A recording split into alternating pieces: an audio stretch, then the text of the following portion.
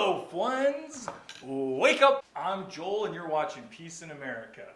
Today, I'm going to lead you on a journey into the lawsuit that made the whole chess world crunk. You know what went down and why Hans filed this lawsuit. Earlier this week, Magnus filed a motion with the court to dismiss the case. Now, I am a Magnus super fan.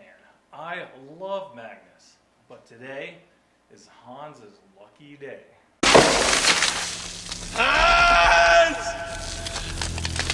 In this video, I will explain why Magnus will lose his motion to dismiss, and contrary to what you may have heard heretofore, Hans's case is strong enough to make it to trial. You have not heard the steamy, hot plate of knowledge I'm about to lay all over the table anywhere else. Guaranteed, certified, fresh!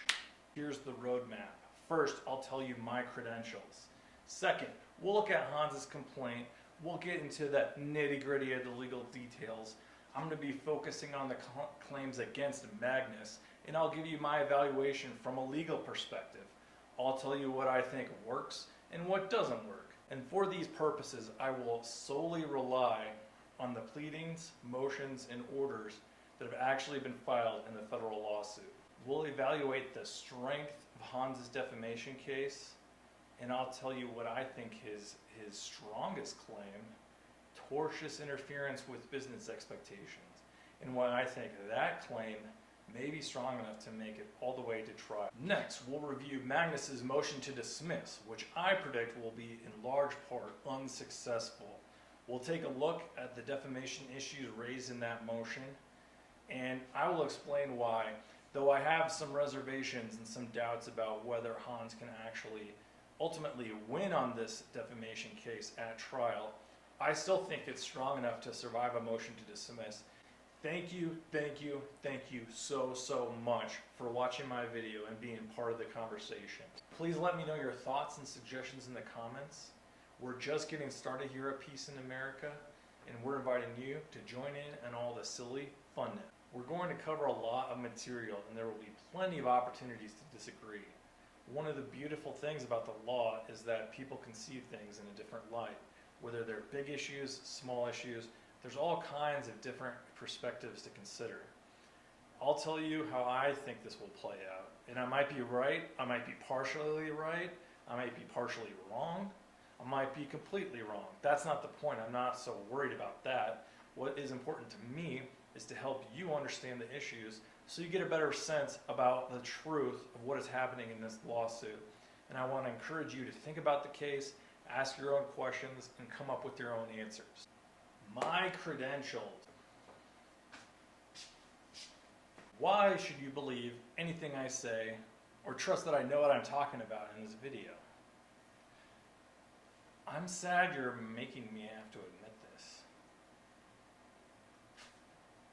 I'm a lawyer.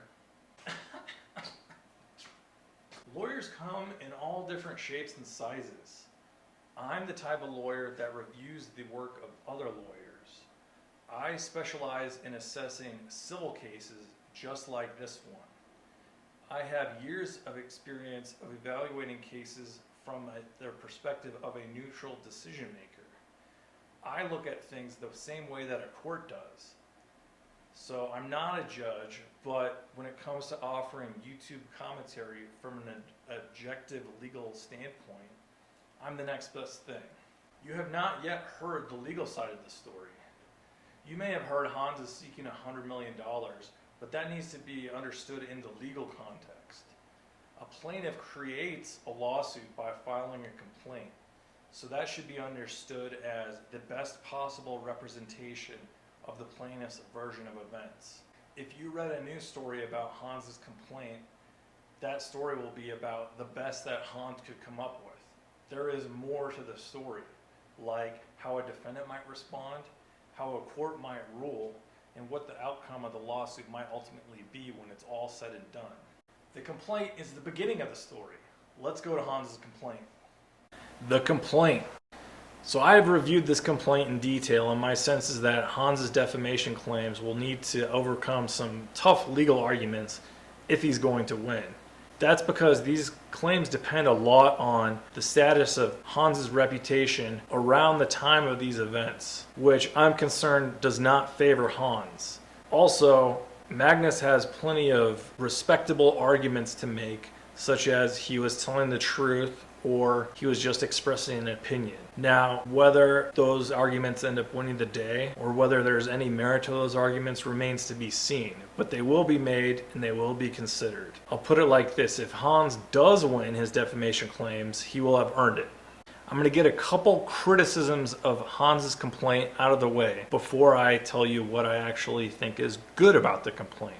Number one, this opening paragraph is extremely weak. If this were a legal writing class, I would give this paragraph a C.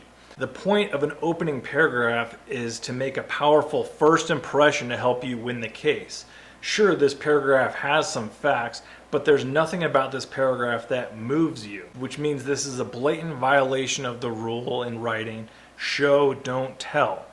We have 3 examples of poor writing in this first paragraph alone, which are devastating damages, egregiously defaming, and unlawfully colluding.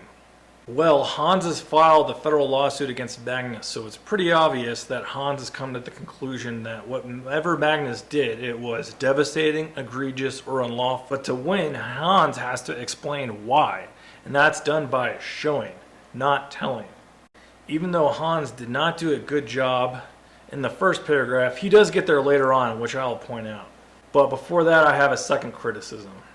Right here, if you look at paragraphs 9 and 10, this is an important part of the complaint because it has to do with what happened at the Single Field Cup and what happened in the Julius Baer Generation Cup. Here, in a critical aspect of Hans's legal case, he is spending time calling Magnus a coward and gutless. And I know why he did this. It's because this case is all about intent. And Hans is trying to show Magnus is holding a grudge, is being spiteful, and is acting in this way to get some kind of revenge against him. But these paragraphs could have done a lot better job of setting up Hans's legal case without including the words cowardly and gutlessly. Instead, this actually lends credence to Magnus's criticism that Hans's lawsuit is just a publicity stunt, and Hans is just trying to have this persona of being the bad boy of chess. So turning more to what I think are some better parts of the complaint, paragraphs 15 and 16 tell you more of what's at stake. Hans specifically says here, as a result of Play Magnus and Chess.com's collusion to blacklist him from chess, Niemann can no longer compete in any online Chess.com or Play Magnus tournaments and will not receive invitations to in-person events sponsored by Chess.com or Play Magnus, which collectively comprise the majority of FIDE-sanctioned chess tournaments. So Hans is making the point that it's not just about being banned on Chess.com. Hans is saying that he's not going to be able to play in any over-the-board tournaments that are sponsored by Chess.com or Play Magnus. And again, we get more of the stakes in paragraph 16. He says that Chess.com revoked his invitation to play in the Global Chess Championship. Grandmaster Vincent Keimer canceled his upcoming game with Niemann. Tata Steel Chess Tournament ceased its ongoing arrangements for Niemann to play in January 2023, and Niemann cannot obtain employment as a chess teacher. So at least we have some facts about things that Hans claims happened to him.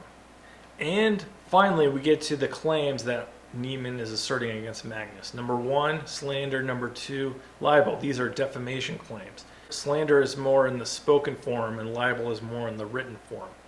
Number 3, unlawful group boycott under the Sherman Act, 15 U.S.C. Section 1 etc. This claim doesn't really pass the smell test, but that's okay. I think it served its purpose by getting this case in federal court, and I'll explain more why. That was actually maybe a smart move by Hans's attorneys. Number 4, tortious interference with contract and business expectancies. I think this is actually Hans's strongest claim. And the reason why I say that is because it does not depend on the status of Hans's reputation. It does not depend on whether Magnus was telling the truth or whether Magnus was expressing an opinion. It really is more so, did you stop me from getting work? And I think that Hans may be able to prove that, or at least raise a factual issue for a jury to consider. And number 5, civil conspiracy. Now, I know the term conspiracy raises a red flag for some people, or an eyebrow raised. What are you talking about? That sounds like unrealistic. But actually, I do think there are some facts alleged here that go to a conspiracy and may help Hans ultimately establish his defamation claims. We're covering a lot of ground today, but before we go to Magnus's motion to dismiss, there's more I need to tell you. Think of a lawsuit as a train leaving the station that has many stops along the way before there's actually a trial or an appeal. Right now we're at the motion to dismiss stage, and at each stage different rules apply, and it gets harder and harder for the plaintiff the further they go, generally speaking. So the motion to dismiss stage is one of the easiest stages for the plaintiff to win. It's an extremely lenient standard, and courts, when they are reversed, oftentimes it's because they have granted a motion to dismiss. The point of a lawsuit is to give someone's day in court, to have a full airing of the issues, and to allow due process, so everyone has had a full and fair opportunity to protect their legal rights. And so a lot of the point of a lawsuit is just letting Hans have a chance. Let him have a chance to say what happened, and don't dismiss his lawsuit right away. So here's the actual legal test for evaluating a motion to dismiss. Magnus has filed a motion to dismiss pursuant to Rule of Federal Civil Procedure 12b-6, failure to state a claim for relief. So as I said, this is an extremely lenient standard. When a court is reviewing the allegations in the complaint, basically the stuff we went over, the court is assuming all of that is true, as long as they're facts. If facts are included as in the complaint, they are assumed to be true. And it's not just that, it's the inferences from the facts. All inferences that one may draw from the facts, as long as they're reasonable, go in favor of Hans. Another thing, Hans is not required to plead every single fact that might support his case. What Hans is required to do is put Magnus on notice that he needs to defend against a defamation claim and these other claims, so that Magnus has a full chance to defend himself. But there is not a high burden for Hans at this point. In addition, Hans is not required to state every single legal theory that he is trying to recover under at this time. All he has to do is set out enough context with facts, accepting them as true, that he has a plausible chance of having a claim against Magnus. That's it. Now we get to the good part, which is we get to look at Magnus's motion to dismiss that he filed earlier this week. And I get to tell you why it's not very good and will probably lose. Let's do it. All right, so we are in federal court, and Magnus has filed a motion to dismiss according to Federal Rule of Civil Procedure 20b-6, but also, curiously, according to a state law, Connecticut Statute Section 52-196A. That is the argument that Magnus is leading with and is putting a lot of weight into, and really is the main authority that Magnus relies on in claiming that the court should grant this motion. Here we take a look at what Magnus is arguing. He says Niemann's claims all fail on the face of the amended complaint. He must have some good reasons. First, the court should immediately dismiss Niemann's 4 state law claims, count 1, 2, 4, and 5, pursuant to Connecticut's anti-strategic lawsuit against public participation anti-SLAPP statute. Connecticut's anti-SLAPP statute is substantive state law that applies here because Niemann admits in his amended complaint that he is a public figure, and he's suing Carlsen for others for speech that he acknowledges is a matter of public concern. Okay, let's take a look at Magnus's first argument and figure out why it's not going to work out. Here's the statute that Magnus is referring to, and I'll kind of walk you through what he's arguing. He's saying that Hans is a public figure. Therefore, Magnus has a right of free speech because he's communicating in a public forum on a matter of public concern. And a matter of public concern means an issue related to a public figure. Oh, okay. This is a procedural statute of state law. When the federal court considers state law claims, the court applies state substantive law and federal procedural law. So the court is not going to apply the anti-SLAPP statute. You don't know what you're talking about, do you? Moreover, even if it did, it would only apply to counts 1 and 2, slander and libel. The anti-SLAPP statute does not concern tortious interference of business expectations or civil conspiracy. Not all of Magnus's statements were made in public.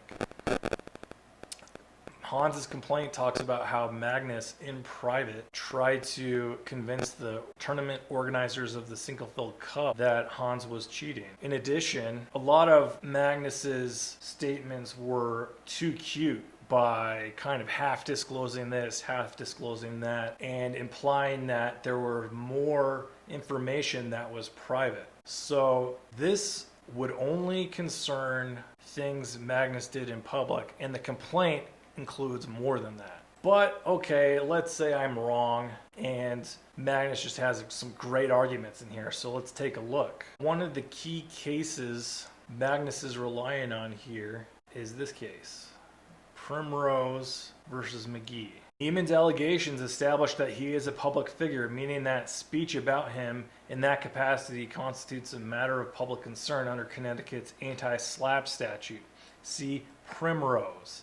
Analyzing a special motion to dismiss under Connecticut's anti-SLAPP law and explaining that a general purpose public figure is one with such pervasive fame or notoriety that he becomes a public figure for all purposes and in all contexts. Well, how good is this Primrose case? It must be really good. Let's just take a look. Primrose versus McGee, Superior Court of Connecticut. By the way, this is a trial court. This decision is unreported and may be subject to further appellate review. A federal court is not going to rely upon a state trial court's order. This is somewhat out of context. Remember, our lawsuit is about one chess player accusing the other chess player of cheating. Is that really the type of issue that the anti-SLAPP statute was meant to address? This Primrose case relies heavily on Chadwick v. DeLaro, which says the anti-SLAPP statute concerns the exercise of the right of free speech, the right to petition, and the right of association. Let's check out this Chadwick v. DeLaro. Chadwick v. DeLaro. Ooh, an appellate court. That's good. The plaintiffs brought an action for inter alia nuisance against several of their neighbors, alleging that the neighbors encouraged and allowed their dogs to urinate and defecate near the windows of the plaintiffs' condominium properties. Oh, wow. The allegations underlying the nuisance claims were as follows. The parties resided at the Harbor Landing condominium complex in New Haven. The Chapnicks owned 3 condominium units, residing in one and renting the remaining 2 units. Flattery, who lived in a nearby unit, allowed her dog to urinate and defecate on the lawn near the windows of the Chapnicks' 3 condominium units, despite having been asked by Randall Chadwick numerous times to stop permitting this. Papa Lizio, and also a neighbor of the Chadwicks, allegedly encouraged one or more of the residents of the condominium complex to bring their dogs to urinate and defecate on the lawn near the windows of the Chadwicks units. The Chapnicks further alleged they did not want to have feces residue soaked in urine on the lawn beneath the windows of their condominium units. So, okay, I don't think that really helps. So what else does Magnus have in here? Well, let's look at their second argument. Niemann's defamation claims fail to state plausible claims for relief. As a public figure, Niemann must allege either that Carlsen knew the statements he allegedly made were false or were reckless about whether they were true. Niemann's own allegations show he cannot meet this high bar. Well, I just disagree with this. There's no magic to this. All one needs to do is review what's in the complaint. And I would say that the complaint is full of allegations that Magnus acted with recklessness or malice because he was trying to get Hans back for talking smack. All one needs to do is look at the complaint. And we did look at some of it earlier. It's just filled with stuff like that. Oh, third, Niemann's claims for tortious interference and civil conspiracy fail because they're based on the same alleged conduct as his defective defamation claims because Niemann has not alleged essential elements. Again, I just don't agree with this. They're different claims. One can look at the complaint, they are in there, and this is weak. Fourth, Niemann's antitrust claim, count 3, candidly reveals what this case is really about, a series of grievances in search of a legal theory. However, remember what I said about the standard governing motions to dismiss under Federal Rule of Civil Procedure 12b-6. All that Hans is required to do at this stage is state short, plain claims for relief. They have to be facts, and Hans is not required to set out all his legal theories. Magnus's motion to dismiss is not going to get it done this time around. When I first evaluated this case, I wasn't sure about Hans' defamation claims because I think his September 6th interview is very harmful for him. I think he said a number of things that are going to come back to bite him that when subjected to scrutiny under cross-examination are going to be proven untrue. I think that interview also made him seem like a manipulative guy. Also, his description of the cheating leads one to ask more questions. He said a friend was helping him. Then when he was 16, he said it was during his streaming career, but then he said that he had never cheated while he was streaming. There's just a lot in there that I think harms Hans's case. But I do still think he has a chance. If not for the defamation claims, then for his tortious interference with business expectation claims. This case is going to come down to Magnus's intent and whether he acted recklessly or with malice. And I do think there's a number of things Hans point to try to prove that Magnus was acting with some malicious intent or recklessness. Hans can prove either one. First, let's look at the fact that Magnus even decided to touch upon the subject of cheating in chess. We know this is a sensitive subject, it's a taboo subject with big implications. Magnus himself said that cheating poses an existential threat to the game. So he knew that he was going in a sensitive area. In addition to that, Hans's complaint does a great job of pointing out all the different roles that Magnus was playing here. And if this is truly revenge, a jury can look at how Magnus used his authority as king of chess in different capacities to try to attack Hans. In this case, Magnus is a chess player, but he's also a sponsor. And just look at the number of different actions. You have the statements allegedly in private to the Sinquefield Cup tournament organizers. Then you have the brouhaha over withdrawing from the tournament. But then you have the subsequent forfeit in a game online. And I think that doubling down and pouring fire on the gasoline certainly could be characterized as reckless. I think that's going to be an important fact favoring Hans. Claim is that Magnus has to have known that Hans had these business expectations, and in Magnus's motion he makes a big deal saying that he didn't know. But I think Hans has a good argument here, because if what Magnus really did was put Hans on the blacklist and ensure that he was boycotted, then that's such a big sweeping action that certainly Magnus had to have known that would affect Hans's ability to play chess professionally. Okay, now I want to talk a little bit about trial and why I'm still skeptical that Hans can prove his defamation claims to the point where he's going to end up winning. And there's a couple reasons for this. Number one, everything relies on Hans's testimony. And I think that he could sink or swim based on his cross-examination. And from what I've seen so far, I do not think Hans will be a good witness at trial. I've already mentioned his September 6th interview. Plus, he's an admitted cheater, and the first question out of the box will be, so you admitted cheating, right? And he'll have to say yes. And I know that Hans did win some people over. For a little bit there, the tide turned and people were backing Hans. But the interviewer let Hans speak uninterrupted, and that's simply not going to be the case in a deposition or in a trial. Hans is going to be pinned down, and I don't think he's going to react well to that. At least from what I've seen so far, he might try to talk his way out of it, and he might start exaggerating, telling tales.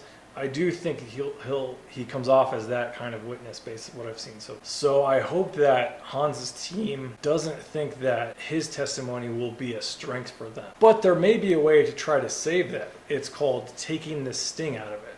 Here's my impression of how Preet Bharara would handle this situation. He would go to the jury and he would say, look, this Hans guy, you're not going to like him. He's a liar. He's a cheater. No one likes him. He has no family. Wesley So threw shade at him.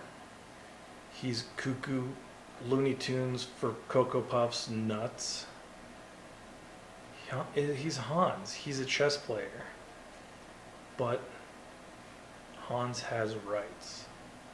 And even though no one likes Hans at all and he's completely annoying, he still deserves to have his rights vindicated, because this is a court of law and we have equal justice under the law. Something like that. And it's true. Hans can be a known cheater and Magnus can violate his rights based on what he did. Both can be true. Some of it may be Hans's own fault. Going again back to the September 6th interview, remember Hans was the one who brought up all the chess.com ban stuff.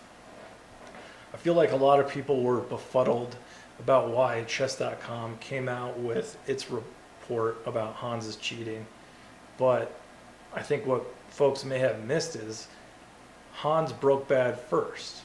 People thought, hey, doesn't chess.com have this non-disclosure agreement with chess players who are caught cheating? Yeah, it sounds like it, but Hans is the one who brought up the communications and the contents of the agreement in public first.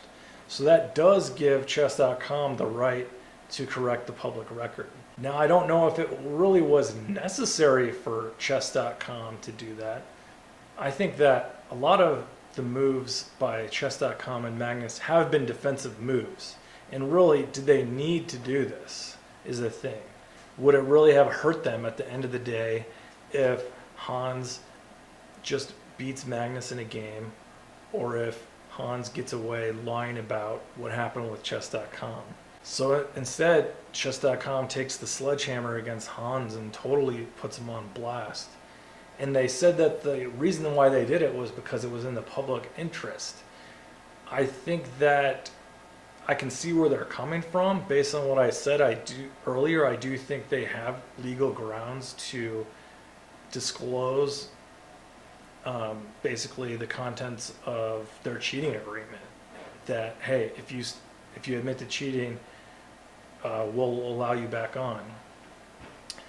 But I don't think public interest was part of it. It's really chess.com's interest.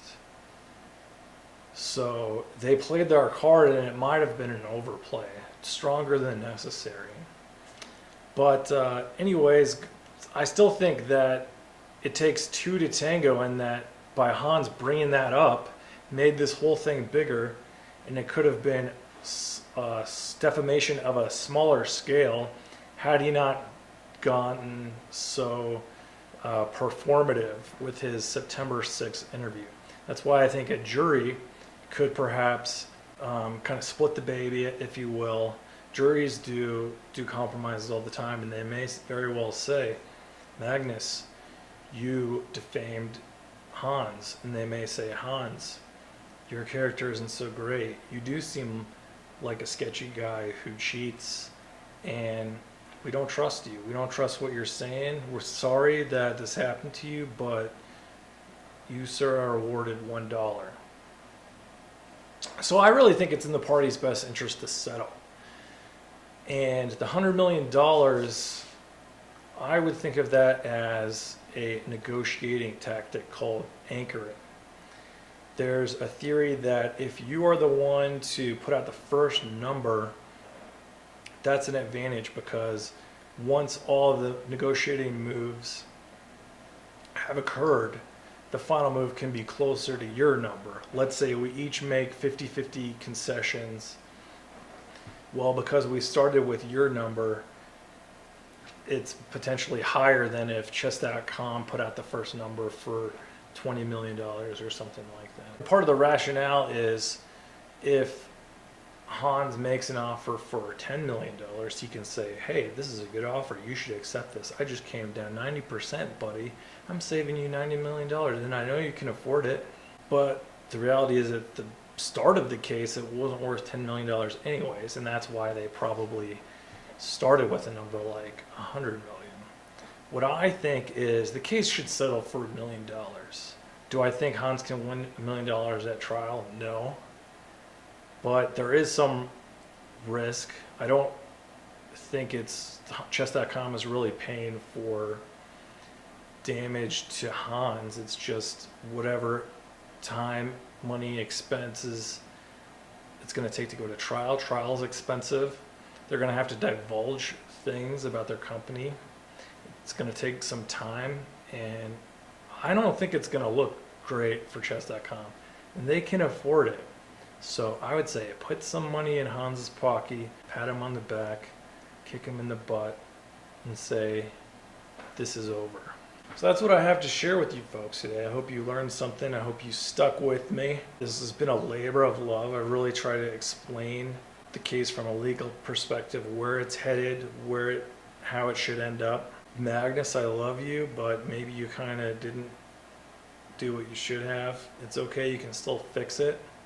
Sometimes an apology can really help grease that skid towards the settlement of $1 million and an I'm sorry and a rematch. Wouldn't everyone like to see that? So thank you for watching. Like, comment, subscribe. Check out my TikTok. Check out my Instagram. Check out Ziggy's Instagram. Remember to love, dream, smile, and increase the peace. Like and subscribe, please. Thank you.